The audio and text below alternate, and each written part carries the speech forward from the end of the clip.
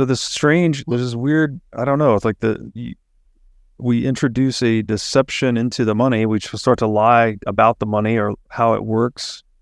Again, maybe not even intentionally. Maybe we actually bought into this lie ourselves. Maybe even Keynes believed what he was espousing. But it leads to broader deception, right? You have to start lying to people about the nature of hard money and the nature of nominal wages, et cetera.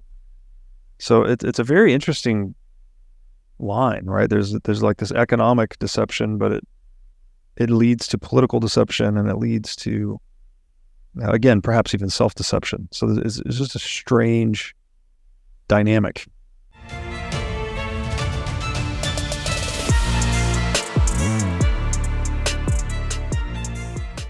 Hey everybody, welcome to the What is Money Show. I am thrilled to have you here joining me on my mission to help shine light on the corruption of money.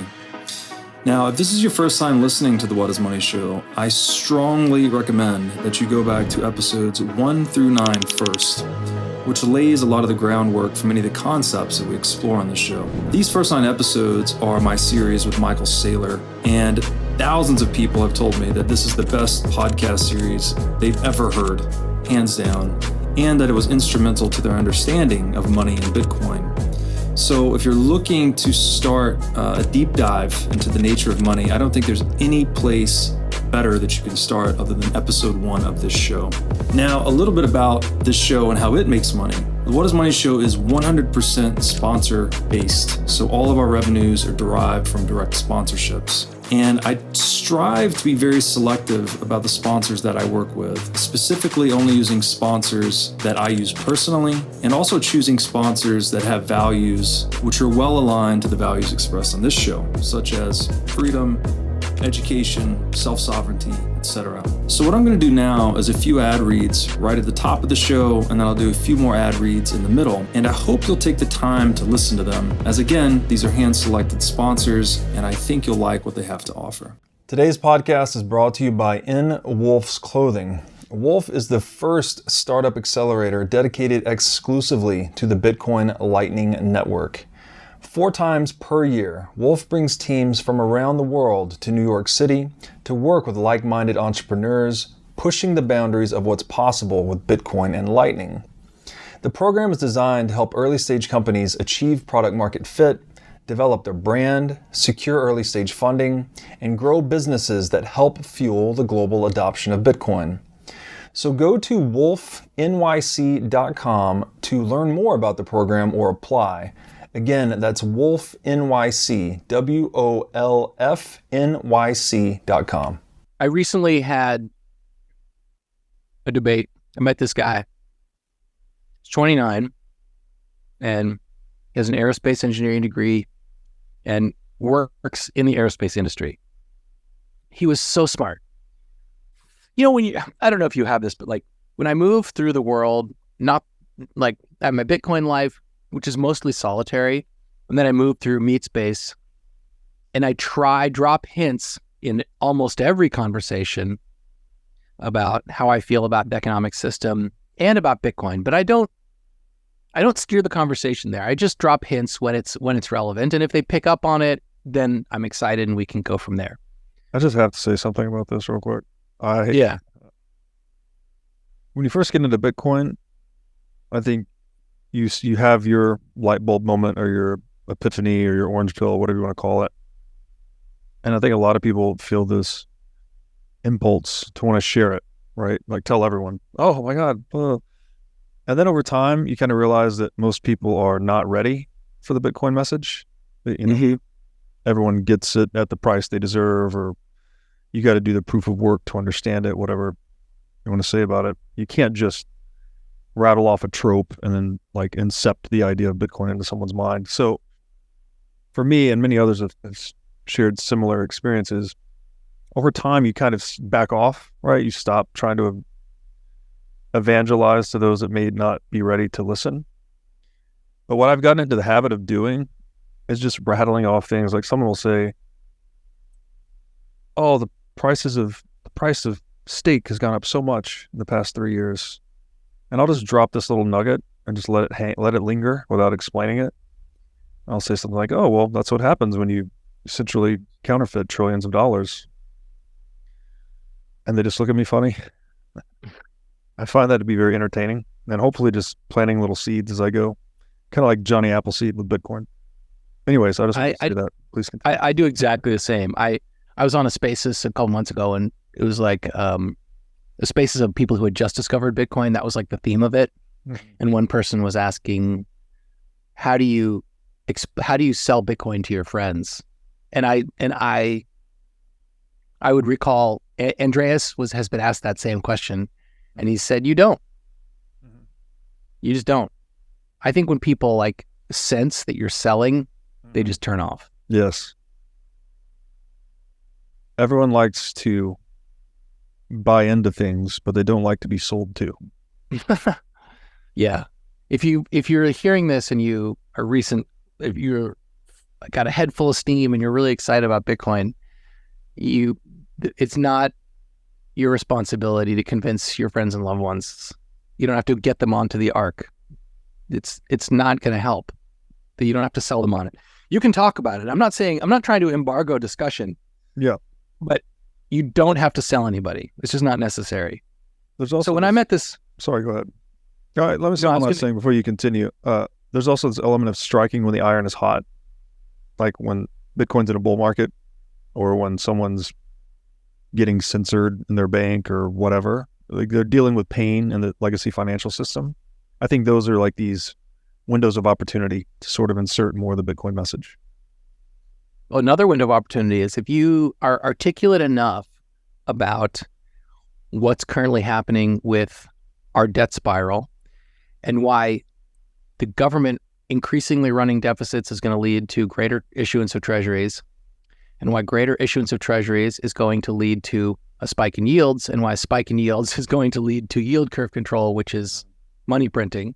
If somehow you can explain that to people, which is hard to do because usually people aren't interested, but if you can, this always happens to me. Someone will say, so what's the answer? They'll ask you, they'll just say, give me an answer. And that's when I say, well, for me, it's Bitcoin. For you, it might be something else that is scarce. But for me, the only thing I can make sense of is Bitcoin. And they'll usually now, and I do have these conversations pretty often, they know what I'm talking about enough. And the more I have this conversation, the more I'm realizing people have thought about it and know more than I thought. Mm-hmm. And bring it back to the anecdote I was telling you, this aerospace guy, when I sort of like dropped the hints that that's what I'd be into talking about, if you're into it, he was like right there. He knew everything I was talking about, want to talk about proof of work, like had done a lot of research and was smart. And it was a really fun conversation that went on for several hours. We were at a lake with family. And he had a challenge that he couldn't stop presenting to me over and over again. And I never made any headway with this. You can't make headway with someone on something like this in the span of like an hour or two or an afternoon. You just can't. But the theme that he came back to again and again was, if the money itself is valuable and increases in value, doesn't that get in the way of people making productive investments? He would not let go of that. He clearly believed that deep down, that it was his duty to society to make society productive, that he would actually be undermining all of civilization if he held a money that held value, and that he was required, like by the social contract, to hold a depreciating currency so that he would have a gun to his head, so that he would make investments in productive ventures. I couldn't talk him out of it. And if you play that all the way out, again, intuition will just tell you it's bullshit, right? So in this world where people have access to sound savings, Bitcoin, gold, in his view, they will just hoard money, right? Hold savings, hold money at the exclusion of everything else. You don't want to consume anything else. No food, no houses, no cars, nothing. So you'd end up in this world where everyone is hoarding money, but the money's purchasing power would go to zero because again, it's an anti-value, right? It's just a reflection of the wealth, the real goods and services that are available in the economy. So, I mean, his view, which is Keynesian influenced, obviously, is almost self-refuting. It's like people wouldn't just save to the point of there being no goods and services in the marketplace, because then the savings would be worth less. Yeah. That's a really good point. Also, it assumes that that society is productive because people buy stocks, not because people buy the consumables. Exactly. And that is the reason why society is productive, is not because people buy stocks. So this was like, look at where did this myth come from that he really felt like it was his duty? Where does, and things that he said in conversation made me realize it came from his reading, his thinking, and from a very influential course he took in college. And I think that people are being taught this, that this is the central myth of the central bank, that we are required to have this currency that loses value, that the 2%, that's what the 2% target is, or the 3% target, is that this is what we should all have. And our parents grew up accepting this myth, tacitly or not. You know, they grew up with their homes increasing in value and their mortgages becoming easier to pay off the older they got. So this was the myth that made the boomers rich. The boomers have, what, 35 trillion in assets now? It's because of this myth. That's why they have it. So that's what gave every middle-class person that comes from a middle-class background, or upper middle class, that's what gave them their wealth. And then if you're super wealthy, it's also what gave you your wealth, but you were probably aware of it.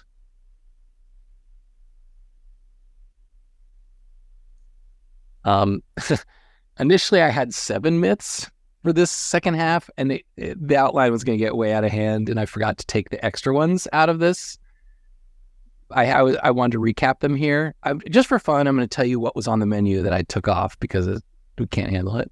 So again, because this was probably like 40 minutes ago, Britain's return to gold at 486 caused the death of the gold standard. 2, that laissez-faire capitalism was to blame for the Great Depression. 3, that a gold shortage caused the Depression. 4, that German war reparations caused their hyperinflation. Actually, we might address that one later. I think I did address that one. That I hear that in conversation a lot. Well, that's why I hear that as like a simple way people sum up what happened in Germany in the 1920s. Well, they had to pay the war debt, and then that's why their currency hyperinflated.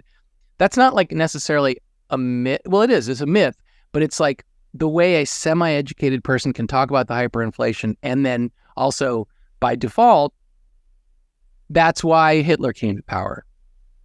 And so conveniently, the narrative across time has been gold led to hyperinflation and Hitler coming to power. Mm-hmm.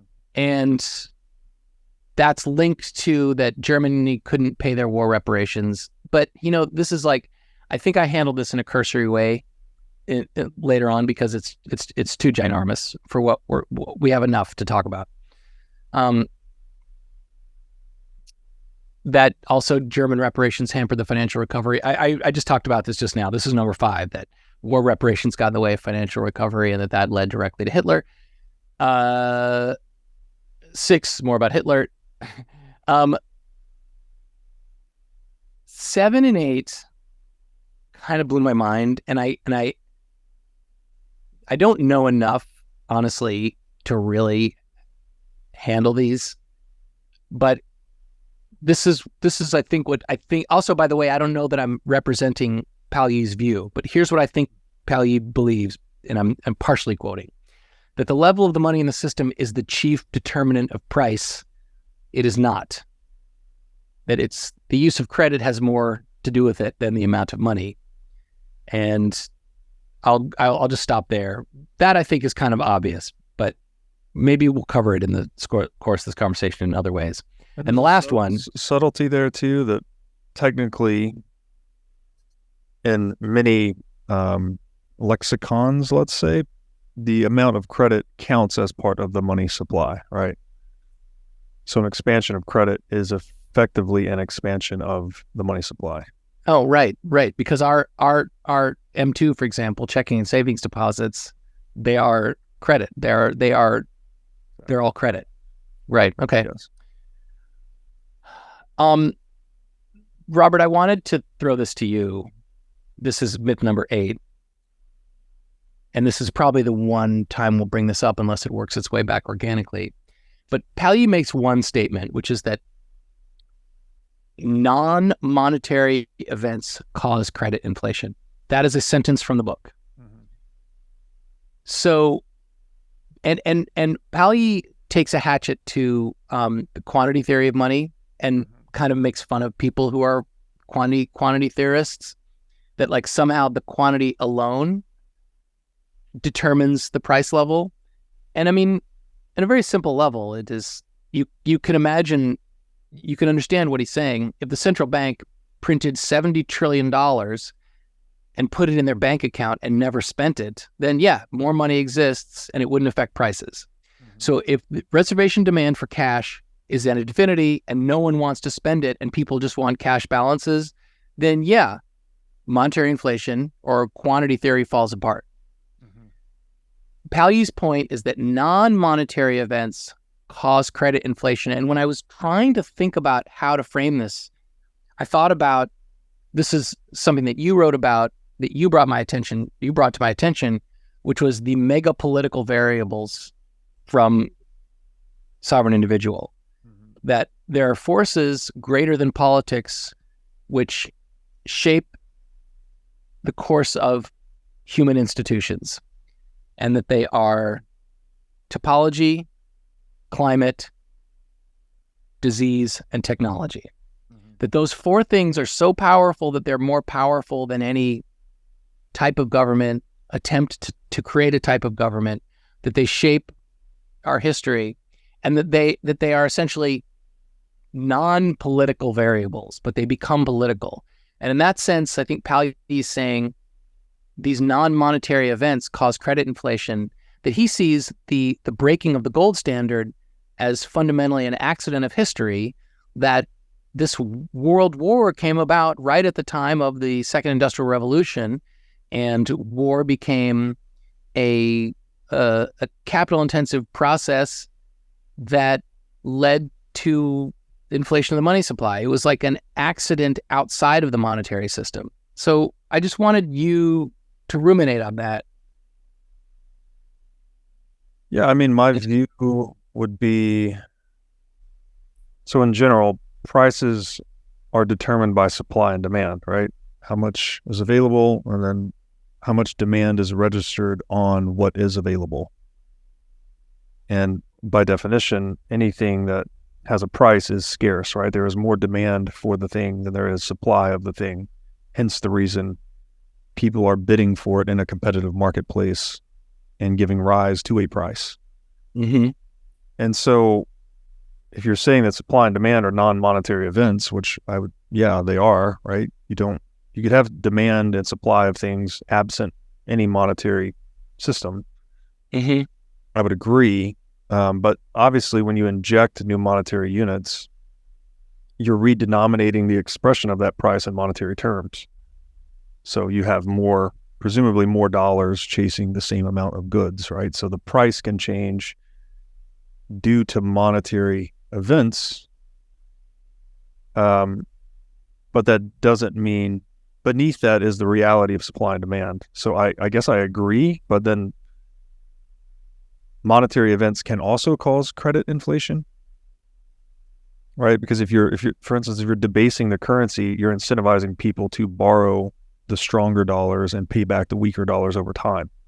Mm-hmm. So there's this incentive to accumulate debt in a fiat paradigm that does not exist in a sound money paradigm. Well, you and I were talking about this before 2020. And so you and I see what happened during COVID as an acceleration of forces already at play. Mm-hmm. I think if you're the average person, you see COVID as when this all happened, when everything was fine, and then COVID happened, and then suddenly the amount of money in the economy went way up. Yeah. And I think there's also validity to that view. All the money being printed was essentially going into these inflation sinks, which were bonds, sovereign debt. The savings in sovereign debt was soaking up all the inflation. Yeah. And then the non-monetary event of COVID came along and forced all that new money into the supply and demand curve. Mm-hmm. So I would say it may be a corollary to his statement about non-monetary events causing credit inflation is that non-monetary event, but you can't have an inflation without a corresponding monetary event. Like, it may be brought about by a non-monetary event, but monetary events are required preceding or afterwards. Yes, in the current paradigm, I would say. But like if we're on a Bitcoin standard, probably not as much, if at all, would you have this monetary. You could still have credit expansion on the Bitcoin standard, right? As we've talked about. Well, it's like it's so simple. I mean, it's so simple.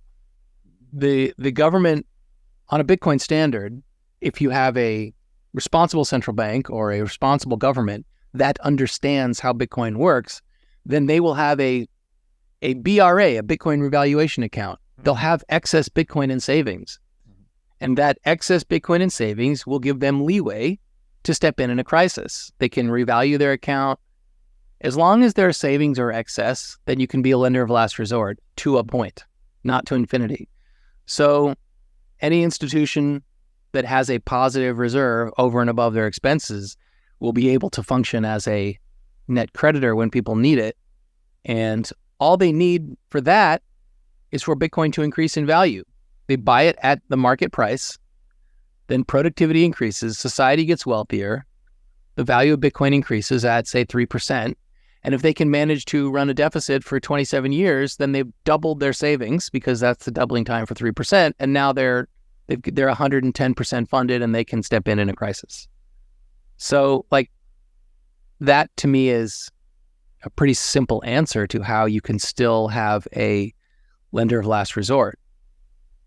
Big question for me would be whether or not they would actually do that, though, because that is not when you're actually functioning in that environment, in a full reserve environment, let's say, as a lender of last resort, it's going to be much harder to generate profits for your shareholders as a central bank. Right? You're actually then doing the opposite, right? You might be incurring losses for your shareholders on behalf of society or the population to step in as the lender of last resort.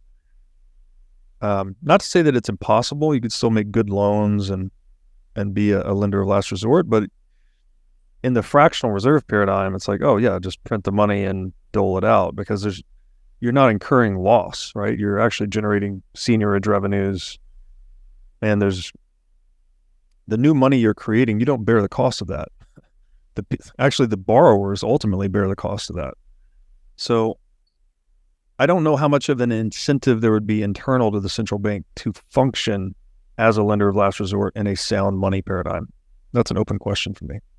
Yeah, I also don't think that there's yield to be offered in a sound money paradigm. I mean, on a Bitcoin standard, there is all yield is zero sum. Yeah. So if you're getting yield from somewhere, it must be taken from someone else. Right. The only slight exception to that is transaction fees, which still adhere to that rule, but that is the closest thing to a yield which will exist. But minus that, yield is zero sum. And so you can't gain unless someone else loses. And that makes the offering of yield a lot harder, unless society gets wealthier and you have savings. Then you can step in if you want. But and my statement about having savings actually referred less to the central bank and more to the government itself. If the government had positive savings, and maybe there won't be central banks. Maybe they just won't exist on a Bitcoin standard because they have less to do and they work less well. But if a government had savings in Bitcoin, then they can step in a crisis. And that to me is like the thing that most people ask is like the biggest barrier when they start to contemplate a Bitcoin standard is, well, what'll happen when And my answer is, well, first of all, fiat currencies will still exist, so they'll just print the currency that they've maintained. And then number two, if they have Bitcoin savings, they can use that. Yeah, so then the government's functioning as like an insurance provider in a way, right? If there's economic recession, they'll take some of these savings they've accumulated through taxation or, well, really just taxation in this case, and they would dole it back out to members of society or market actors to try and, quote unquote, stimulate the economy. But again, I just don't know. Again, I don't think the incentives are there for governments to do that really in the sound money world, because you're just not, unless you're assuming the government actually has your best interest in mind, which I think history contradicts pretty thoroughly. Well, too big of a question for me to contemplate. Yeah, it's a big one. But if a government is functioning as basically on a client services model, which is essentially part of the sovereign individual argument, then, you look at how Saylor talks about his savings, the way he looked at, when he started his whole Bitcoin journey, I think he had 500 billion in cash, and he looked at it was 500 million, and he's like, that's how much I have to continue to provide software services for my clients for X number of years if the business isn't profitable, or if we lose, or if there's a depression, or if there's a recession. Mm-hmm. So that is the central tenet of a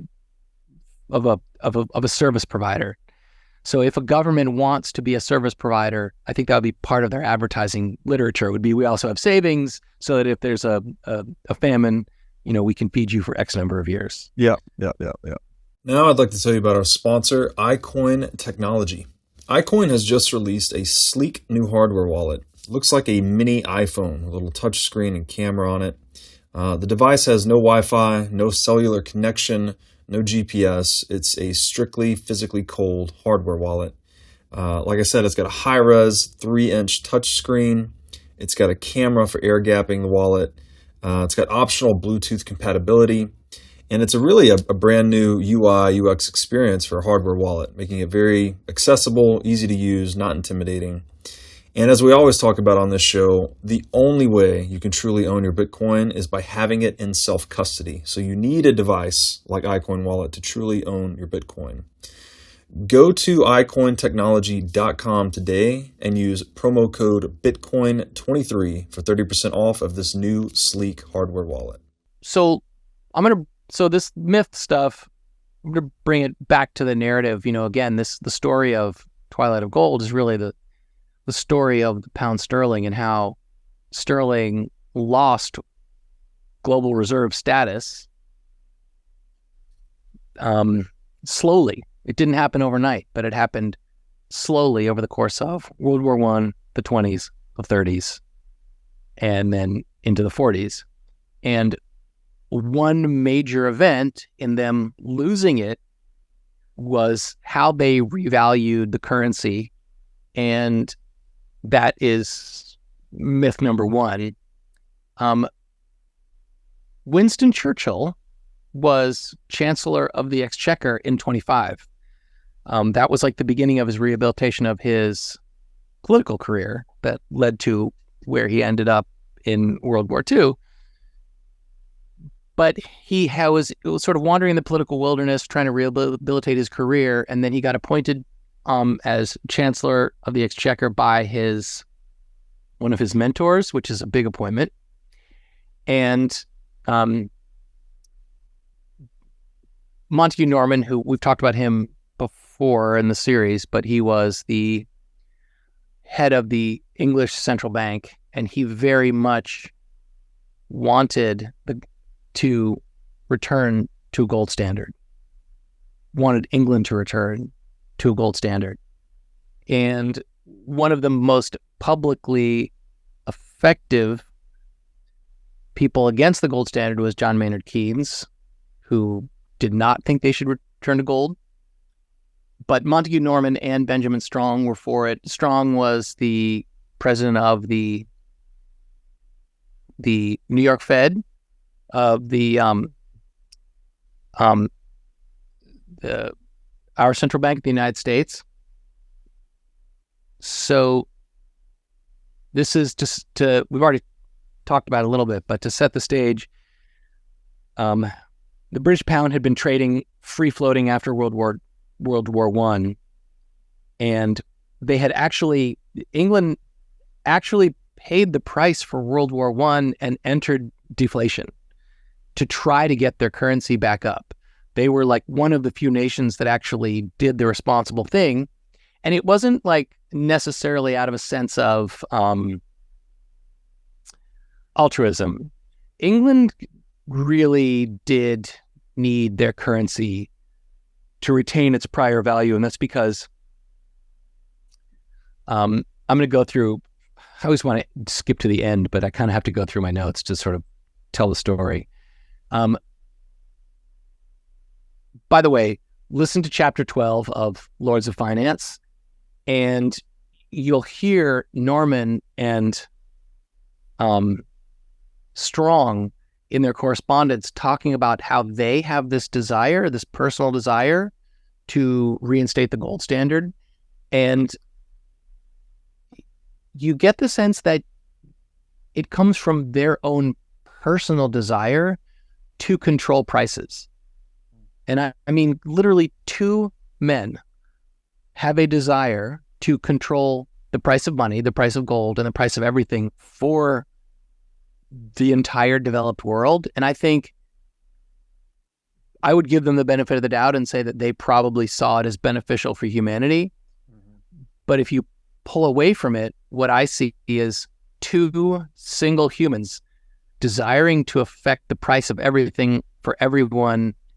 And you can't see that as anything but self-serving, because they're the ones who would have the power to do it. They aren't arguing for someone else to have the power. They're arguing and scheming for themselves to do it. In fact, it was so important for Strong that he got a $200 million line of credit from the New York Fed, and then he got $200 million from JP Morgan, maybe $300 million. Anyways, Norman came to New York, and he sent Norman back to England saying, look, you have $500 million of extra credit in case England needs it. Use it in your back pocket. But I'm going to put a proviso on this loan. This loan is only good so long as Montague Norman is governor of the Bank of England. Like he put a key man clause in this credit so that only Norman could use it. So it was very much about the relationship between these two men and how they saw each other as like allies. I think it's important to reinforce how much the gold standard became a function of human politics. And going back on the gold standard, even in this moment, was already infused with human relations and how humans wanted control. And their tools that they used to get what they wanted were the mythologies they created around the gold standard and what it meant to themselves and to each country. And I again, every time I say this, I keep going back to soft war and how the thing I took away from soft war is that language is a tool that can be exploited for control. That's the story of language. And the computer language is just the same thing as English language. It is a tool that can be exploited to give control to an abstract group of people who have the keys. So I want to keep reinforcing how the mythologies were created and perpetuated. Mm-hmm. When Norman got back to England, Churchill was pretty still unconvinced that the gold standard was the right thing to do. And he had to consider his own political future. And he knew that the monetary establishment was behind it. And so if he wanted a future in politics, was he willing to go out on a limb and defy the economic establishment to go with his gut? If he was wrong, would that preclude his own future as maybe whatever he's, prime minister, whatever he wanted to be? And so the political calculation to go back on gold rested entirely, that was his decision, and his decision was one of political calculation. Again, he was looking at his own, he he was taking a look back at his own past mythology should he make a different decision, and decided that he didn't know quite enough about this to go against orthodoxy. And so even though he had an instinct against it, he went back on gold. And it wasn't just his own political expediency, but England, like I said, England did deflate their economy after the war, and by 1925, prices were about cut in half, and the pound was becoming more and more valuable. It was at its low. It was trading at like $3.20, and then it was up to $4.30. But they still had about 1.2 million unemployed, and that was above 10%, which is a pretty high number. So the prudent orthodox approach, England, increasing the value of their currency and trying to cut their deficits. And Churchill gave a big speech the day that they announced they're going back on gold, and talked about how they had a surplus in the budget. They were all very proud of that.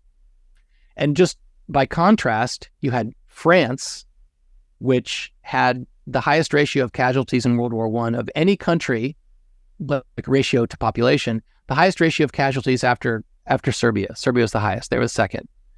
They had been invaded. Their infrastructure was destroyed.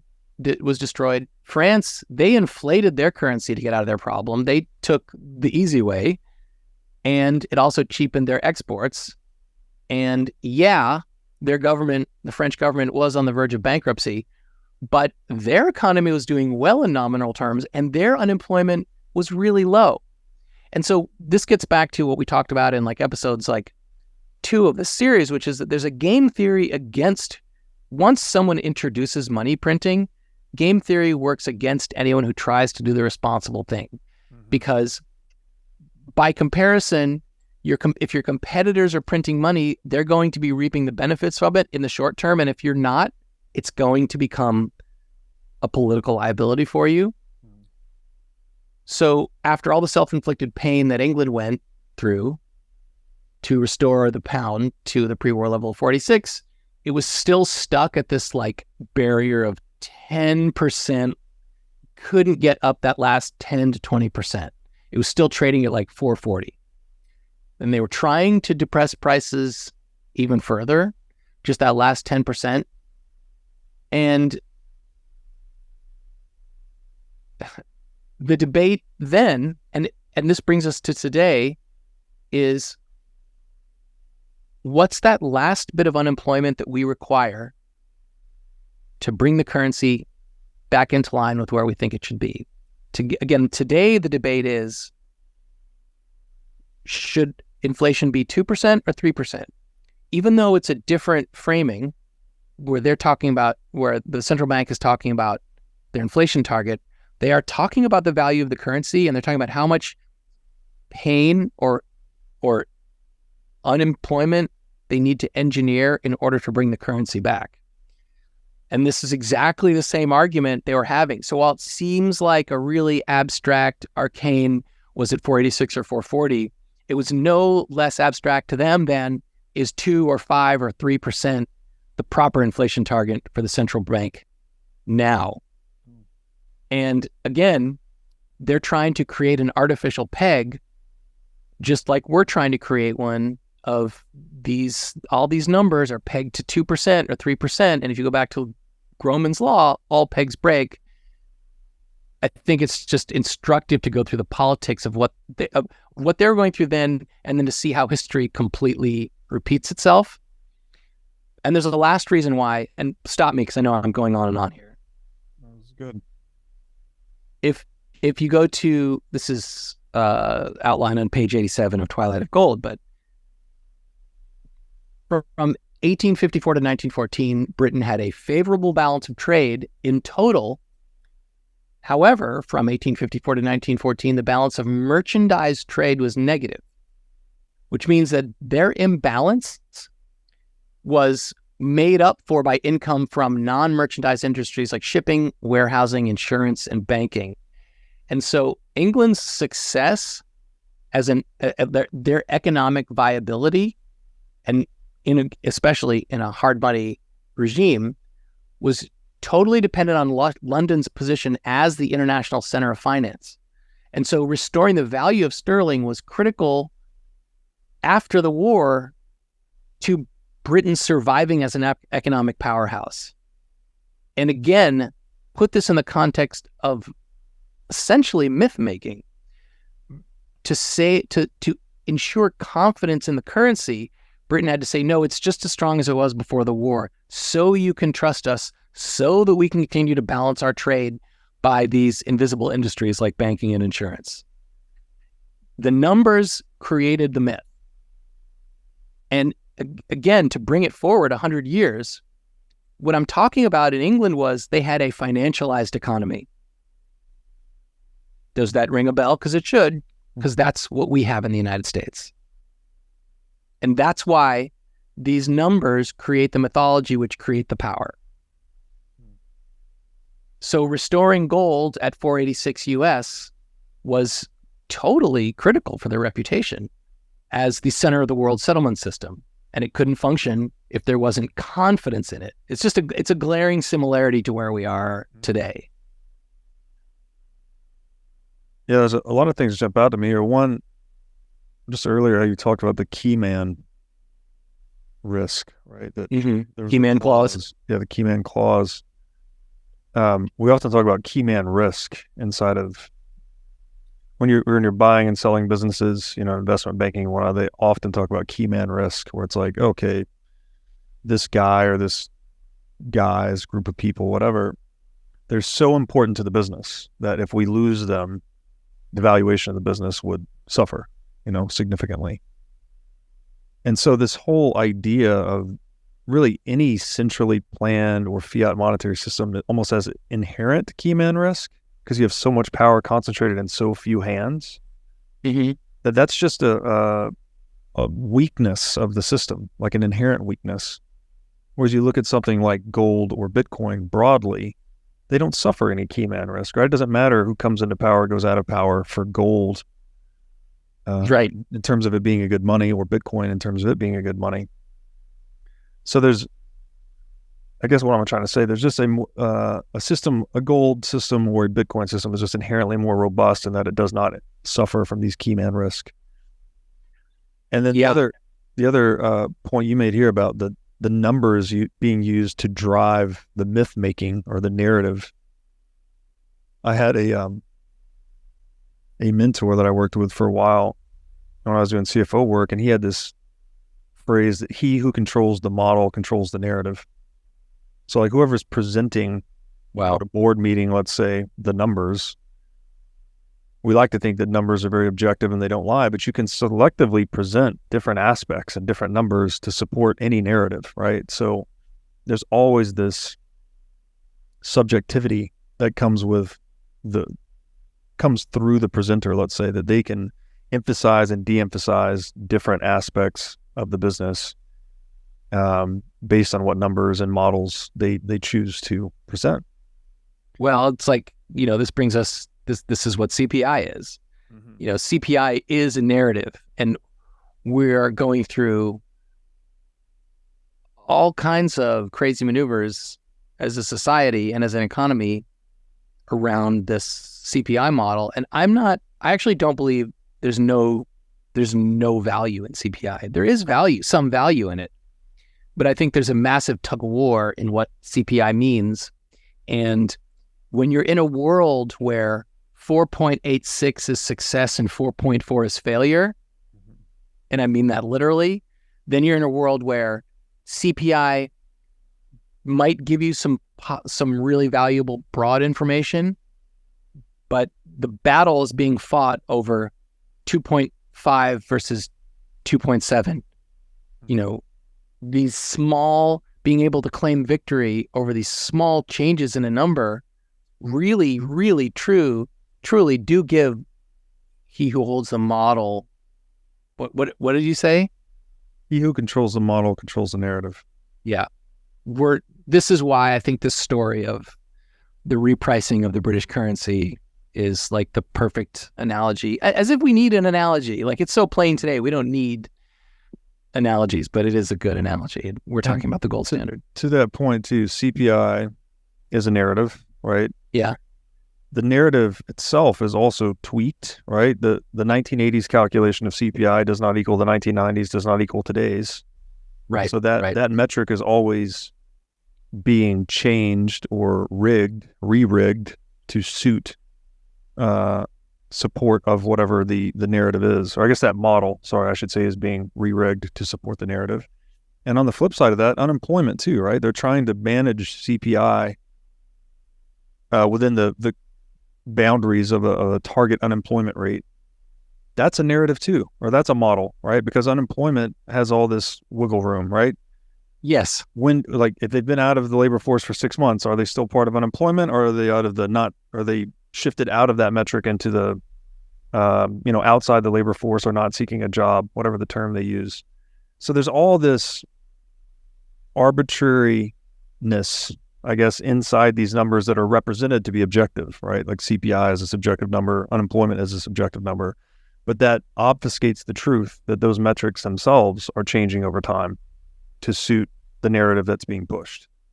And the narrative, by the way, in case anyone who's listening doesn't know this, we should orient people on what the narrative is right now. And this is something that I actually myself forget. And when someone reminded me of it, and I was really grateful, and I want to pass it along. The narrative that Powell is trying to create now is, people ask Powell, at a press conference, they'll say, so you're trying to bring down prices. And he'll stop a reporter and say, I'm not trying to bring down prices. I'm trying to slow the rate of change. And what that means is, in order for the central bank to be successful, prices must continue going up from here at a rate of 2 or 3% a year. No one's trying to bring prices down. This is the new price level, and they should continue to go up from here. He wants them to go up less fast. So if anyone has it in the back of their mind that the central bank is trying to bring prices down from here, they're not. Correct, because that would crack the debt structure that fiat creates, right? You need to erode real debt burdens over time. If you had actual price deflation, that would make the debt burden crushing. That would be global catastrophe. Exactly. And that is what's so impossible about what the central bank is set out to do. If you were to say that, here's what the central bank is trying to do, and there's a reasonable possibility of success, that would be one thing. But I don't think there's a reasonable possibility of success in the long run. It's just short-term after short-term benefit. I think Bitcoin is built towards a long-term reasonable possibility of success and a long-term reasonable possibility, not guaranteed, of being able to function independent of the state. Yeah. And those two things are enough for me. Yeah, it's like putting more and more duct tape on the house of cards. You're just trying to kick the can down the road as much as you can, but ultimately the debt load becomes so large, as it is today. What are we, 350% global debt to GDP? That's effectively unserviceable, right? Absent some major productivity boom, which maybe we get through AI or whatever else, but under current conditions of productivity, it's just not even serviceable. But even the productivity boom, and I'm going to go through some super hardcore numbers on why even a productivity boom doesn't get you out of the doghouse without massive inflation. Exactly. And that's essentially what, we'll pull from Rothbard, but he delineates in excruciating detail how the productivity boom of the 20s simply allowed a massive inflation. That's all it did. I mean, that's not all it did. It increased our standard of living and it made things cheaper, but not cheaper enough because inflation was backfilling in all this extra productivity. Mm-hmm. So productivity on its own, per the Jeff Booth thesis, productivity on its own only makes things cheaper, and that only makes the central bank's job harder. Yes. But exactly. It does give them some wiggle room to print. Yes. There's more economic surplus being created that they can harvest through money printing. Yes. Right. So general price level should have gone down 5%, but we're targeting 2% inflation. That means they harvested the 5% productivity increase that would have been accretive to savers in the form of purchasing power increase of savings, but they also stole an additional 2% from you. So it's a net 7%. Right. And that's why the price stability mandate is actually camouflage for money printing. Yes, for theft. Exactly. Yeah. The last thing that jumped out at me was this double-edged sword of global reserve currency status, because it gives you on the good side, if you're the global reserve currency, you can export inflation, right? Which the US does today, and presumably London was doing at this time. But it also eviscerates your industrial economy, right? It financializes you a lot. And same thing that, they're saying that London was suffering from here, the US suffers from today. So it's not even, although it might seem like the ultimate prize to have the global reserve currency status as a nation, it's actually not healthy for you from an industrial economic standpoint.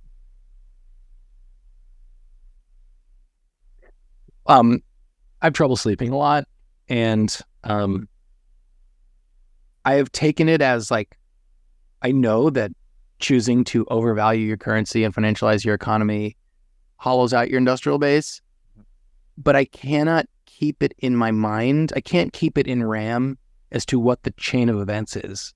Like, to this day, this is something I've thought about a lot. And when I'm laying there at night and I can't fall asleep, I go back to this and I go, explain to yourself. I have to, it's like I'm in Memento, and I have to refigure out something I already knew. And I lay there and I will have to recalculate, why does financializing your economy hollow out your industrial base and send jobs overseas? I just have to go through it again and again. And even I'm not going to do it now because it takes me 10 minutes and it also puts me to sleep. Great movie, by the way, Memento. So I'm going to jump. I'm at the bottom of 7 now. And I want to point out something really curious that I wasn't really able to work out. But so I spend months reading about restabilizing the British currency at $4.86 so that they could go on the gold standard, and nowhere in the literature. And I mean, there's books, there's articles. I've got the free JSTOR subscription so I can read all the JSTOR articles. No one talks about the price of pounds in gold. I thought that was so. I have no answer to this. I mean, I have a speculation, but I had to calculate for myself what the British price of gold was because no one mentions it. They only talk about the British price of dollars. And that is so weird to me that it wasn't being expressed that way at the time, or was it being expressed that way at the time, but now since it's 100 years later and the accumulated literature, I mean, I'm reading stuff that was written in the 40s and 50s. Where are they talking about the price of the pound in dollars? And to me, it is just evidence of the fact that the world had already shifted what its denominator was and that the dollar had already won. That's my guess. And that that was an expression of it. Isn't that weird? Yeah, so there's a book called Gold Wars by Ferdinand Lips. Mm-hmm. And he makes pretty strong arguments that there were a lot of campaigns, psyops, propaganda waged against gold during this time, right? Actually, across this time for many decades. I guess this is like a carryover from Keynes' proclamation that gold was a barbarous relic, right? They were trying to say that gold was hamstringing economies and our ability to grow and all of these things. And so I wonder if by just denominating the prices of currencies and other currencies and not in gold, you're sort of shifting people's attention away from gold, right? The role that it's playing as like a sound savings. And it reminds me to that line, that very important line from the book Propaganda, that you can't tell people what to think, but you can tell people what to think about. So if you just only present these frames of reference, like currencies in terms of other currencies rather than in terms of gold, then you get them thinking in terms of currencies, right? So it's like you're kind of obfuscating the truth, really, right? That, hey, you're depreciating, all of these things are depreciating against gold. But let's not talk about that. Let's talk about how these currencies are trading against one another only. Right. So you're shifting people's attention away from gold as maybe a means of like mitigating the perception of gold as a sound monetary instrument. Yeah, try explaining the DXY to someone who's like not in finance. Exactly. And they're like, what? So you have to take an arbitrary number, 102. Yeah. And what does that mean? Well, does it mean the dollar can buy more? No, it doesn't mean that. It's an arbitrary number. It might as well see, what if the DXY was on a different scale and traditionally it hovered right around 5,714? Like it's just a random number that the dollar hovers around on this random scale. It's exactly what you're talking about. Yeah, you're expressing the arbitrary value of a dollar, or let's say the price of a dollar, I guess, in terms of the arbitrary units of other currencies. Yep. So it's an abstraction in terms of an abstraction, whereas if you just denominated it in gold, you'd have some anchor into an objective reality. Yeah, and it was these like technocratic solutions to purchasing power parities, all of which emerged in the 20s as a way to try and coordinate the global economy through more language and regulation. Mm-hmm. And this like,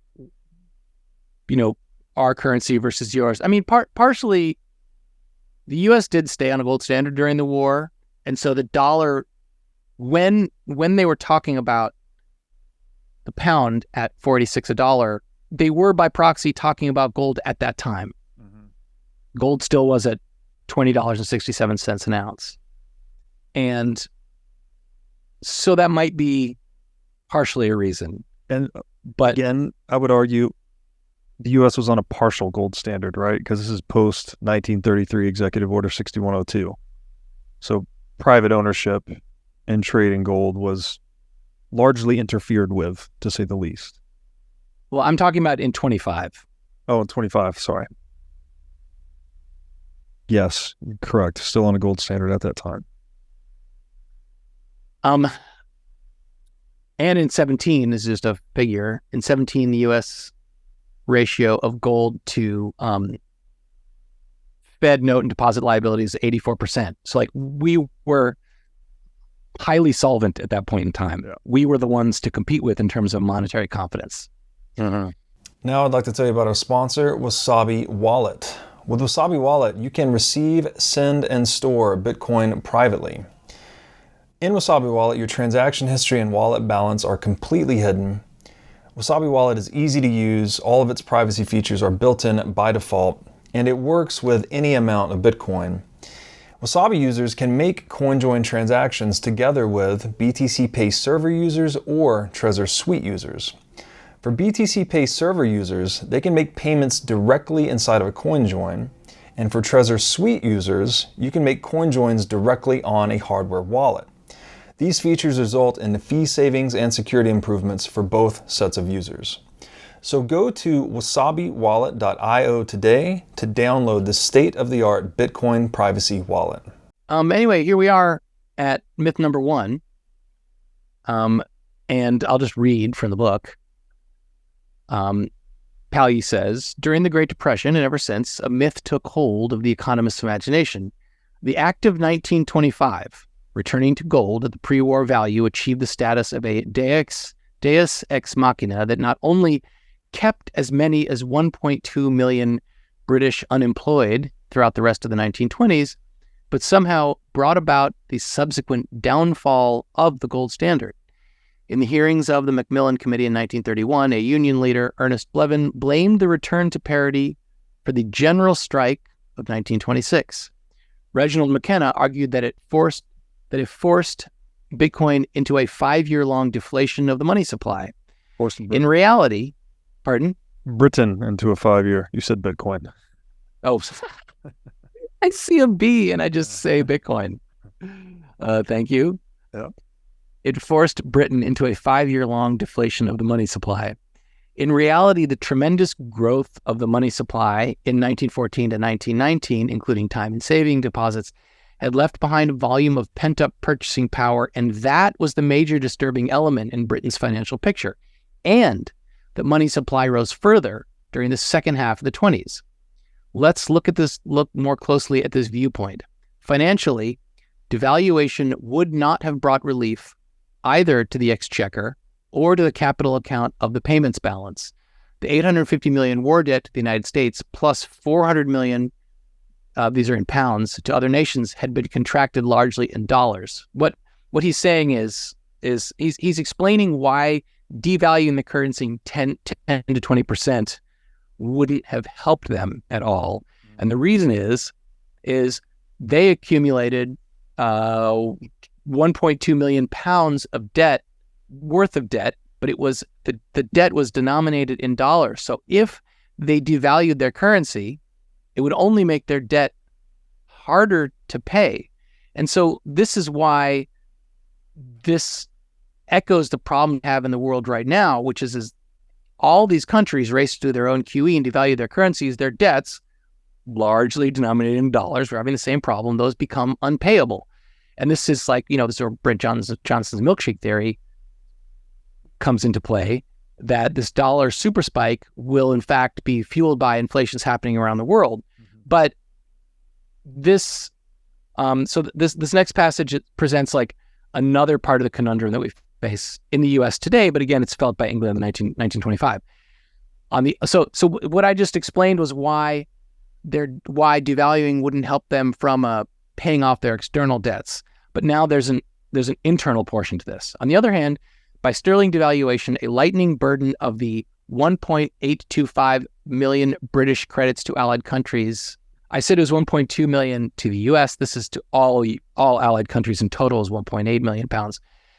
By sterling devaluation, lightening the burden of the 1.825 million British credits to allied countries would have relieved the debtors. So these are credits that Britain borrowed from the United States, but they loaned to other people. So if they devalue their currency, they have trouble paying their debts back. And if they devalue their currency, then people paying them back get off easy. Yep. So it didn't help them on either side. Okay, so that's a paragraph where I explain exactly what I just said. And now he moves on to their internal debt, which is the debt that England owed itself. The net dead weight of the enormous internal debt would in no way have been lightened by a sterling devaluation unless it had led to a fresh inflation of wages and prices. The internal debt had skyrocketed from 650 million pounds early in 1914 to 6,587 million, 6.5 billion, 10x at the end of 1923, a tenfold increase, exactly. The annual servicing cost alone amounted to almost 50% of the total budgetary revenues. So here we are at this, they're using, maybe that's where I get it. Palyi's using the interest cost in the numerator, income in the denominator, and they were at 50%, aka where we were in 85 and where I think we're headed now. Yep. If prices and wages had risen as a result of a devaluation, thus lightening the internal debt burden, which it would for us, this would have been offset by increases in production costs, which in turn would have negated any beneficial impact on the devaluation of unemployment in the export industries, as Britain's refusal to return to the old parity would surely not have enhanced the international marketability of British bonds. So to recap, he's saying that, let's say it did make their debt to themselves payable just like ours, they wouldn't make they would make things more expensive for them, and they would make all of their input costs, their production industrial input costs would go up in real terms, which wouldn't make their products any more profitable. And lastly, the damage it would do to the reputation of the British currency and the British debt would also hurt their ability to supplement their negative merchandise balance of trade. So all in all, the idea that they had an option to devalue their currency and to continue their position in the world is, I think it's successfully busted that idea.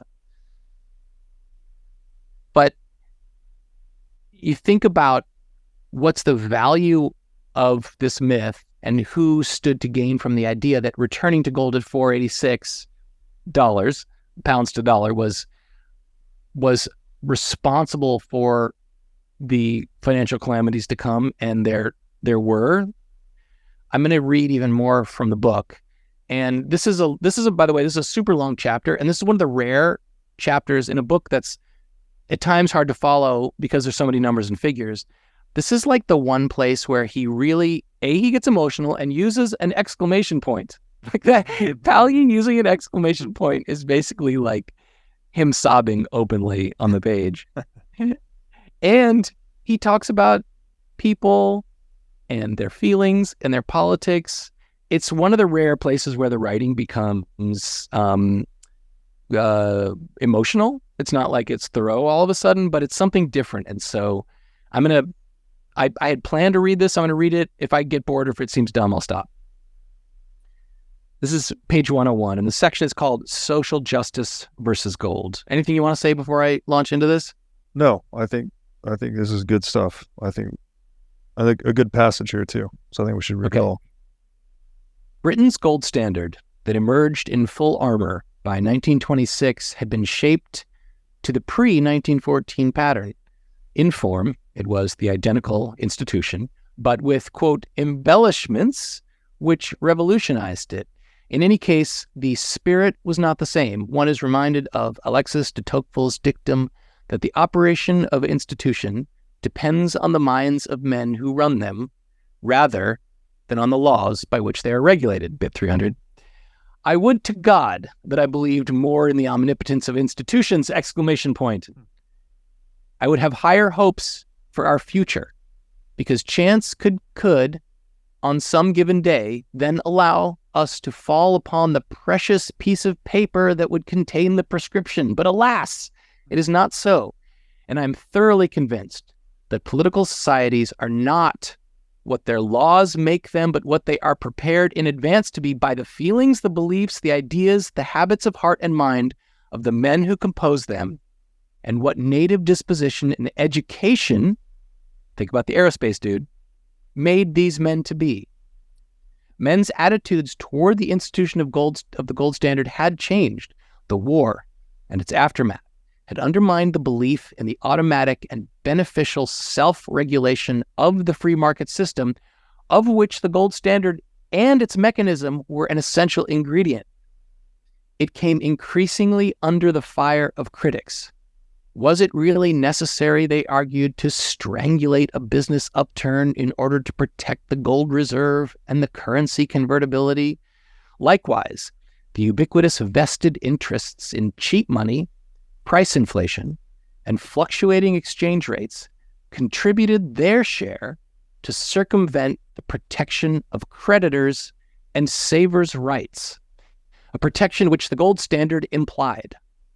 Politically, the most significant factor was the resistance of organized labor to the alleged or real impact of the monetary mechanism, the gold standard, on wages and employment.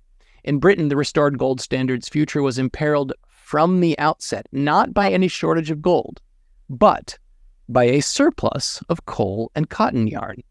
The showdown came on the heels of the sterling stabilization. Coal mining was the weakest sector. Previous to the war, it had been a mainstay of Great Britain's prosperity, providing over 1 million men with a livelihood. Presently, it became one of the weakest spots in her industrial armor. During and immediately after the war, production had expanded to meet a swollen demand, with the United Kingdom as the Allies and neutrals' chief source of supply. But precious little had been done to improve either the equipment or the financial structure. And by 1925, continental competition in Europe was making itself felt to the full. The French and Belgian mines had been rehabilitated. The coal fields of the Ruhr and Upper Silesia were back in operation. They were partly modernized, their unit costs were reduced, and they were operated at relatively low wages. British coal, to a large extent, was non-competitive. The Samuel Commission presented in March 1926 a rational solution. A substantial number of miners should move to other areas where employment opportunities were available. Miners, this is like miners being told to learn to code. The miners refused to budge, except for a relatively small fringe of newcomers who had been brought in from the outside during the wartime coal boom. The miners indignantly rejected any suggestion of an increase in working hours or of a moderate cut in wages that had been inflated during the war and boosted further under the first Ramsay MacDonald regime in 1924. And the owners of the coal mines, embittered through incessant labor conflicts, rejected the council to become more efficient by introducing modern techniques and merging small collieries. The recalcitrant miners went on strike and were locked out. The upshot was the short and abortive general strike of 1926, resulting in slightly lower wages and massive unemployment in the coal fields, an unprecedented defeat for Britain's organized labor. Limited as the crisis was, it served well the anti-gold standard objectives of distinguished economists like D.H. Henderson, Sir Josiah Stamp, and company. But they did not form public opinion. Not even the polemics and pamphleteering of John Maynard Keynes could do that. He did succeed, however, in convincing the powerful press magnate, Lord Beaverbrook, that the unfortunate miners were paying for a conspiracy between Governor Montague Norman and Chancellor Winston Churchill to preserve the profits of the international bankers rather than enhance the welfare of the British workingmen. This appeal to mob instincts and nationalistic sentiment spread over the 6 million circulation of the Daily Mail and related papers could not fail to impress a public that knew little and cared less about such esoteric matters as monetary policy. But people willing to lend ear to hair-raising stories about financial conspiracies against the national welfare, but people willingly lent their ear, etc. Intellectual sponsorship by an illustrious Cambridge Don added to the story's plausibility. Quote, hard money had become identified as unemployment persisted with high interest rates and a modernized version of economic tyranny. The heat was on the politicians, and they in turn put pressure on the Bank of England, weakening in effect its defensive posture on the foreign exchange markets. It was almost a foregone conclusion, although not perceived until years later, that if sterling should come under fire in a crisis, the psychological defenses against mass sentiments might well prove insufficient to withstand the public onslaught. And the crisis did come, and too soon. Montague Norman, the architect of the return to gold, although it's very verbose, but what he's talking about here is this narrative spread through the press weakened the mythology of the gold standard. And when he talks about if sterling should come under fire in a crisis, the psychological defenses against mass sentiments might well prove insufficient to withstand political onslaught. He's essentially talking about there could be a run on the bank. Yeah. Or that there isn't enough popular belief in the myth of the value of convertibility to withstand people putting pressure on their congressmen or whatever they're called in England to undo the gold standard, which they ended up doing. Anyways, the crisis did come, and too soon. Montague Norman, the architect of the return to gold, although aware of the difficulties and pains of adjustment, had presupposed a 20-year or similar period of reasonable peace and prosperity. The assumption was shared by many experts of the mid-1920s, including Benjamin Strong, who enthusiastically supported the British governor's philosophy and sterling's return to gold. Why indeed should British industry, one can read between the lines of Norman's diary, not be able and willing either to improve the old apparatus or, wherever improvement might be useless, scrap it and turn to radically new lines? Why should labor not move from one occupation or location to another, as it had time and again over the centuries? Why would the mechanism of the gold standard be less effective in the future than it had been in the past, enforcing whatever correction was necessary in order to bring the balance of payments into equilibrium and keep it there? All of this was perfectly rational, except these bankers didn't recognize the significant changes, economic and political, affecting the functioning of the monetary system that had taken place. When, in the very center of the international credit system, labor refused to tolerate even minor or temporary hardships, an obsolete business was determined to hold its own, preferably at the Treasury's and consumer expense, both supported by major segments of public opinion, the message should have been clear that one could no longer play the gold standard game by classical rules. The welfare state's determination to bypass the automatism resulted in making the gold standard nearly unworkable. In the century before 1914, the gold standard survived and flourished because it had never been exposed to such chronic strains as now appeared in the interwar era. The men, I'm going to take a drink of water. 1 second.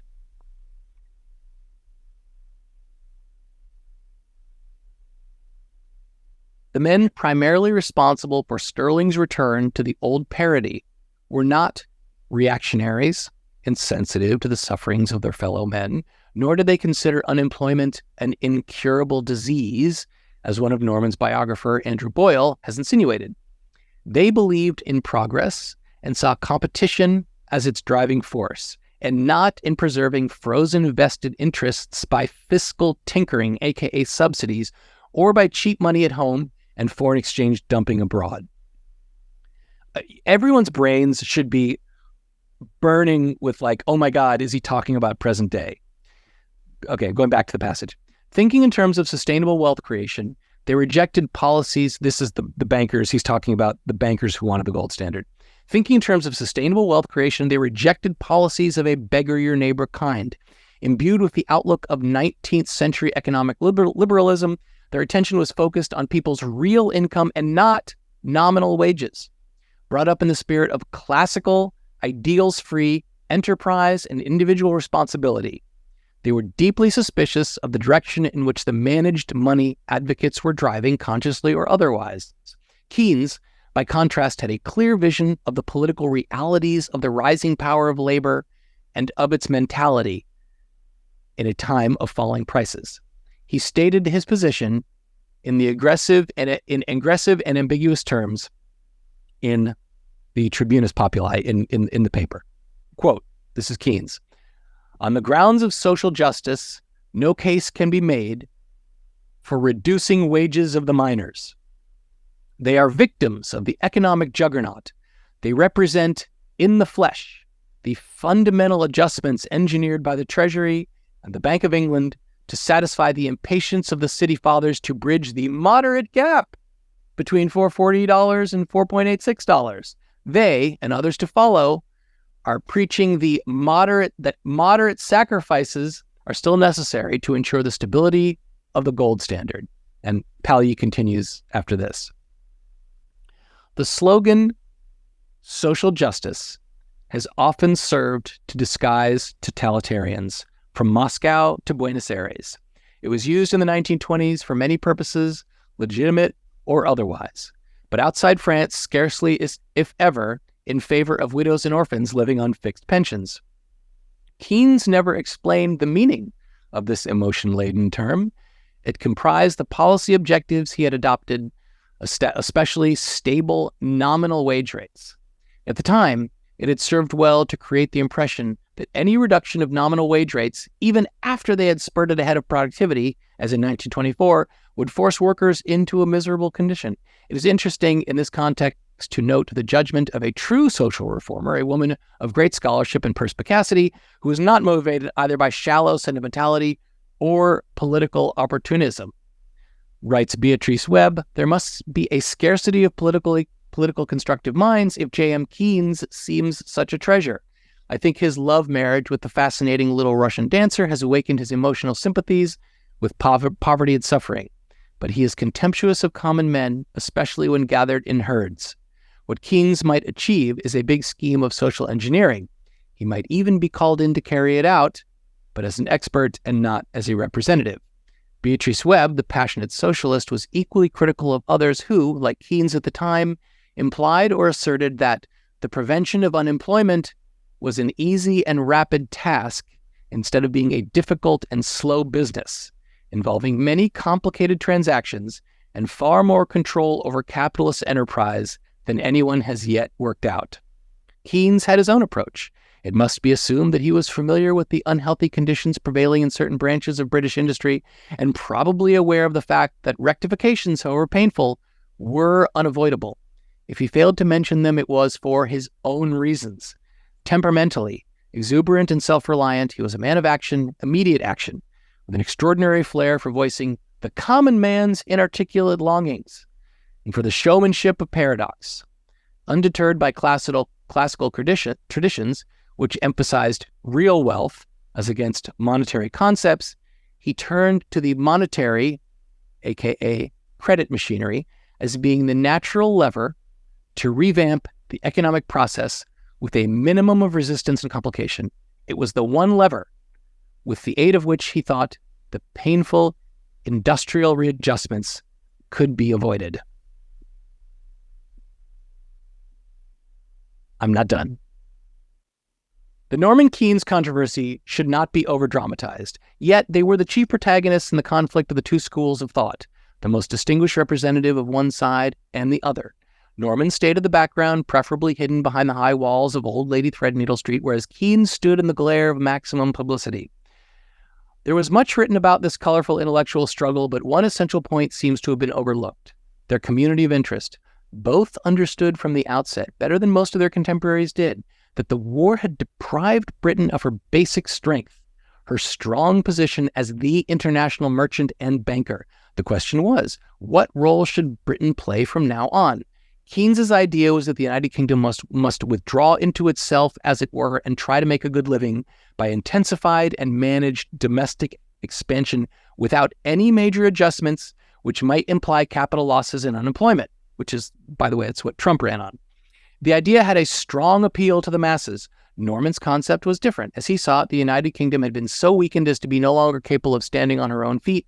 International cooperation was his prescription for Britain, and to him, the restored gold standard was the vehicle, as well as the conditio sine qua non of international cooperation. Arguments about the desirable monetary system, however, were only a part of the controversy. Monetary ideologies obscured, until 1930, the true bone of contention: the fiscal policy controversy. An annually balanced or overbalanced budget was the logical correlate to the return to gold.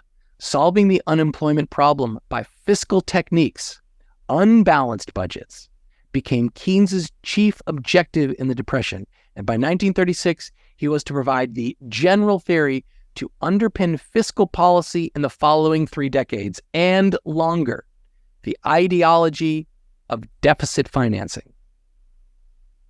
Okay, now I'm at the end.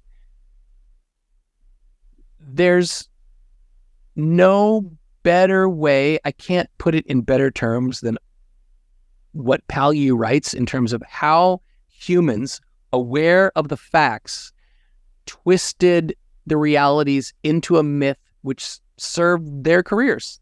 There's no other way to put it. And the ideology of deficit finance, which we're living with 100 years later, was the outcome. Yeah, one thing that really jumped out to me there was probably halfway through the passage, painting of the gold standard as a tool of political tyranny, right? They were demonizing hard money, which is such an inversion from reality, right?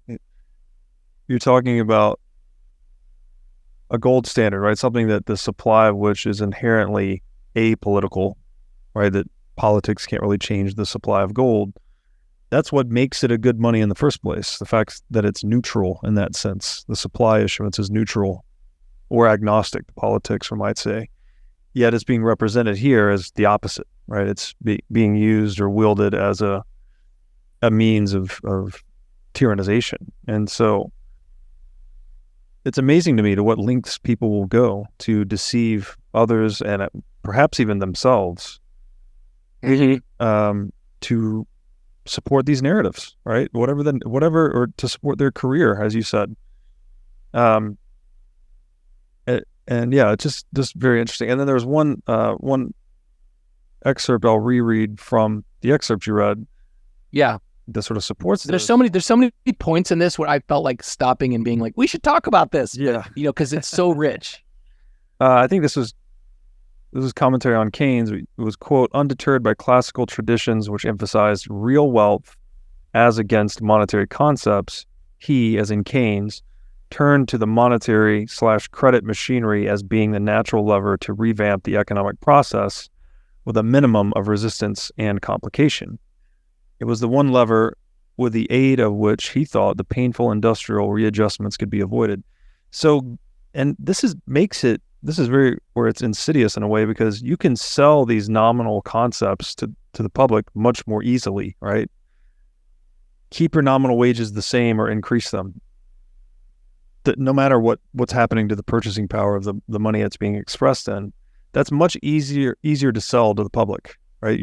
Whereas if you say, no, we need to go back to a hard money standard, and what may accompany that is a decrease in wages, nominal wages, right? Even if it's a net benefit to your real wages in the long run because productivity is going to increase and all of that, that's a much more bitter pill for people to swallow.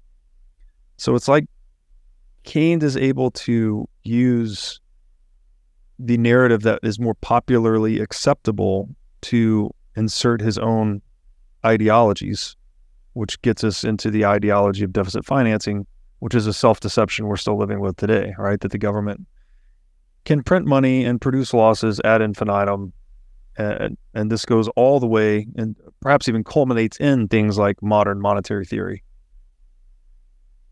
So this weird, I don't know, it's like we introduce a deception into the money, we start to lie about the money or how it works. Again, maybe not even intentionally. Maybe we actually bought into this lie ourselves. Maybe even Keynes believed what he was espousing. But it leads to broader deception, right? You have to start lying to people about the nature of hard money and the nature of nominal wages, et cetera. So it's a very interesting line, right? There's like this economic deception, but it leads to political deception, and it leads to, again, perhaps even self-deception. So it's just a strange dynamic.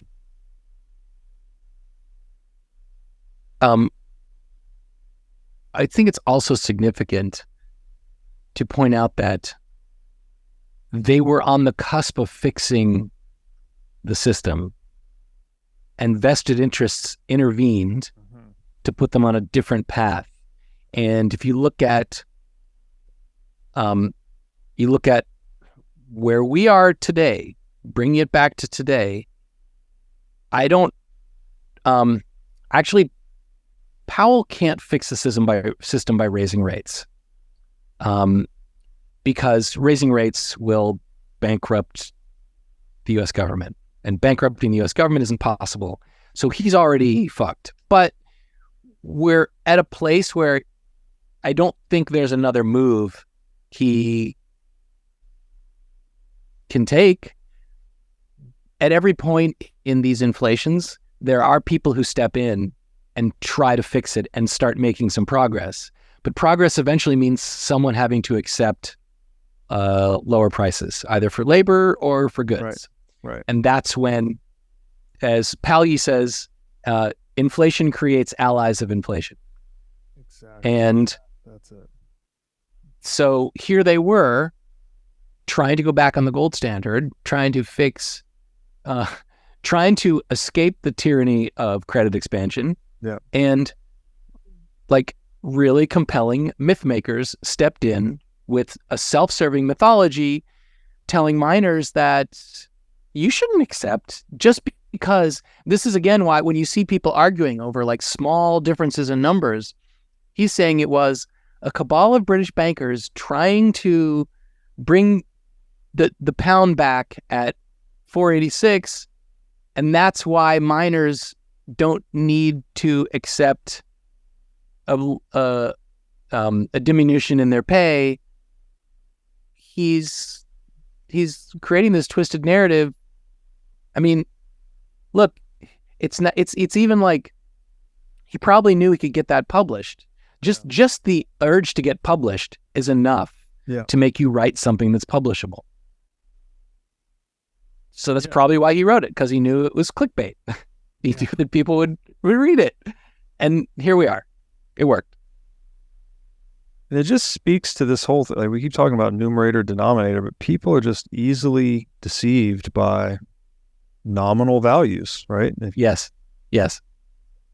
And that's a really sticky problem, because how are you going to get, it's not like this is obvious or not, it doesn't require some critical thinking, right? You get to see through nominal values to real values takes a little bit of proof of work, I guess you would say, to kind of sit with it and mull it over. And that's not, things that require proof of work in that way aren't typically widely saleable from an ideological standpoint. It's much easier to just say, forget what my opponent's saying. You deserve wages that are, flat or increasing versus decreasing. Yeah. If you tell someone, look, your wages are going to get cut in half, but bread is going to get cut in 3/4. Right. So you're actually wealthier in real terms. They're going to be like, already. What the fuck are you talking about? Yeah. Exactly. I also love that Beatrice Webb, this like social justice authority, basically implies that Keynes is like fucking someone and he's trying to impress her. What's this reference to this ballerina and like, hey, I totally buy that. He's trying to impress a lady and he's writing something that is going to get published. I mean, how much GDP has the world lost just because of BJs? Yeah. There's a number out there. We don't know what it is. That is so funny. Well, on that very funny note, I think that's a great place to put a button on it for the day. And a point of ponder. How much global GDP has the world lost due to BJs? Maybe BJs are the greatest enemy of global GDP. Lester, man, this is awesome. I'm really glad we're getting back into this. It looks like we made it about halfway, maybe not quite, maybe a third of the way. Yeah. Let's see, what page is this? Oh, yeah, about a third. We're still flying. Yeah, about a third of the way. So, let's do this again soon. I want to keep up our momentum. Okay. You're going out of town? You're traveling to? Well, I'm doing some traveling, but I will be available, and I will make myself available for this because I really enjoy these conversations. Here's what I predict. Yeah. My wife and 2 children have a cold, which means I'll get it next week. Oh, okay. That's always the path. So we'll target 2 or 3 weeks from now. Yeah, but if I don't get it, I'll know in the next week. If I don't get it, then I can record sooner. So I'll real quick, where can people find you on the internet? I am on Twitter. I am at ProgrammableTX.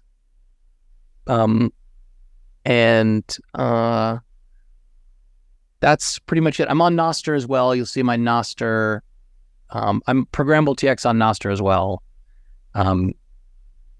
Those are my only. That's it. That's all where I'm on Medium as well, but I think I'm gonna try and write everything we've done as a long form series of articles.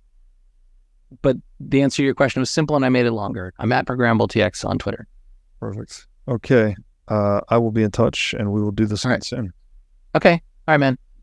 Thank you.